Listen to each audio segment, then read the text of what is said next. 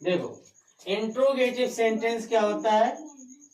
Interrogative sentence इसका मतलब है प्रश्नवाचक वाक्य, ठीक है ना? प्रश्नवाचक वाक्य, प्रश्नवाचक वाक्य क्या होते हैं? जहां पर जिन वाक्यों में प्रश्न पूछने वाली बात की गई हो, जहां पर हम किसी से कोई प्रश्न पूछते हैं वहां पर हम समझेंगे कि वो क्या है? प्रश्नवाचक वाक्य है। और प्रश्नवाचक वाक्य हम ये पढ़ रहे हैं प्रेजेंट परफेक्ट टेंस के इंट्रोगेटिव सेंटेंस। इसमें रूल नंबर 1 आता है, पहले मैंने बताया था पहचान में क्या होता है कि जिन वाक्यों के अंत में चुका है, चुकी है, या है, आ है, ये है, अगर ये शब्द आते हैं तो हमें समझ जाना है कि ये प्रेजेंट परफेक्ट टेंस का वाक्य है।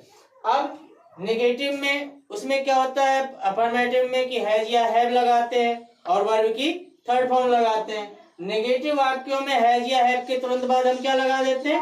नॉट लगा देते हैं। अब इंट्रोगेटिव सेंटेंस में क्या है कि यदि पहला रूल्स है, यदि वाक्य प्रश्न सूचक शब्द, अगर कोई भी प्रश्नवाचक शब्द आता है जैसे क्या, सिर्फ वाक्य के पहले क्या से ही शुरू होता है और किसी प्रश्नवाचक शब्द से शुरू नहीं होता है, तो यदि वाक्य प्रश्न सूचक शब्द क्या से शुरू हुआ हो तो सबसे पहले हैज या हैव लगाते हैं। क्या की अंग्रेजी क्या लगाएंगे? सबसे पहले हैज या हैव लगाएंगे और उसके बाद सब्जेक्ट लगाएंगे और फिर क्रिया की थर्ड फॉर्म और अंत में हम उसको कर्म रखते हैं, ठीक है ना, पहले नियम में।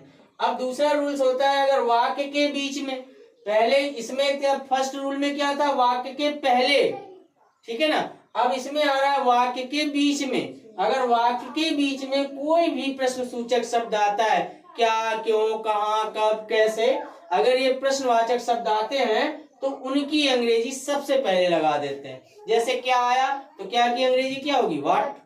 क्यों आया तो क्यों की अंग्रेजी भाई। कहाँ आया तो कहाँ की अंग्रेजी? वेयर। इनकी अंग्रेजी सबसे पहले लगाते हैं। फिर उसके बाद हम कर्ता अगर एक वचन का है, सब्जेक्ट अगर सिंगुलर है, सब्जेक्ट तो हैज लगाएंगे और सब्जेक्ट अगर प्लूरल है तो उसमें हैव लगाएंगे।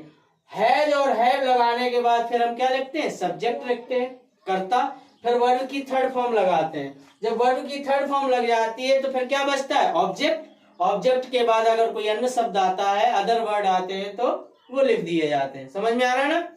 अब रूल नंबर तीसरा है भाई, इंट्रोगेटिव नेगेटिव आ जाता है, कभी इंट्रोगेटिव में ही नेगेटिव वाक्य नकारात्मक शब्द आ जाता है, तो इंट्रोगेटिव नेगेटिव सेंटेंस में सब्जेक्ट के बाद जहां हम इसमें लगाते हैं सब्जेक्ट, तो उसमें सब्जेक्ट के बाद हम क्या कर देंगे? नॉट लगा देंगे।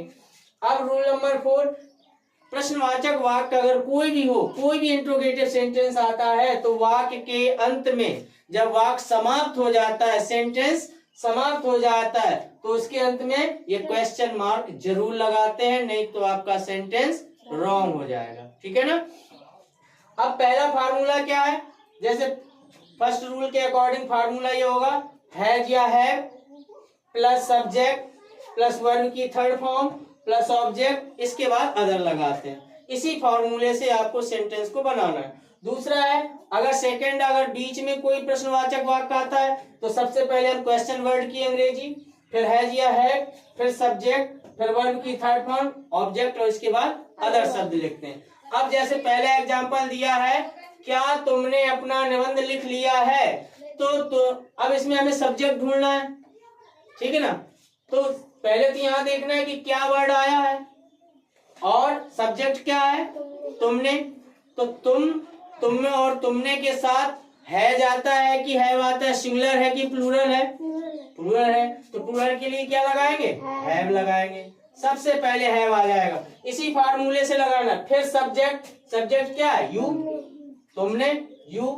फिर इसके बाद वर्ब की थर्ड फॉर्म लिखना, लिख लिया है, राइट मीन लिखना, रोट मीन लिखा, और थर्ड फॉर्म क्या हो जाती है? रिटन।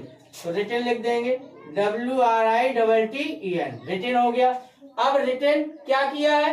तुमने अपना निबंध, अपना निबंध, और यू के साथ अपने की अंग्रेजी क्या होती है? योर।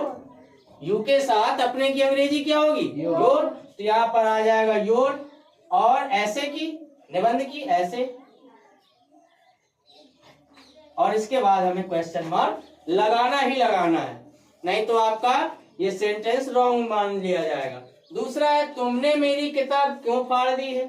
अब इसमें क्यों शब्द बाद में लिखना, इसमें क्यों बीच में आया है और इसमें क्या पहले आया था, यानी क्वेश्चन वर्ड पहले आया था, इसमें क्वेश्चन वर्ड बाद में आया, बीच में आया है। तो जो क्वेश्चन वर्ड बीच में आता है तो सबसे पहले उसकी अंग्रेजी, तो क्यों की अंग्रेजी क्या होगी, वाई।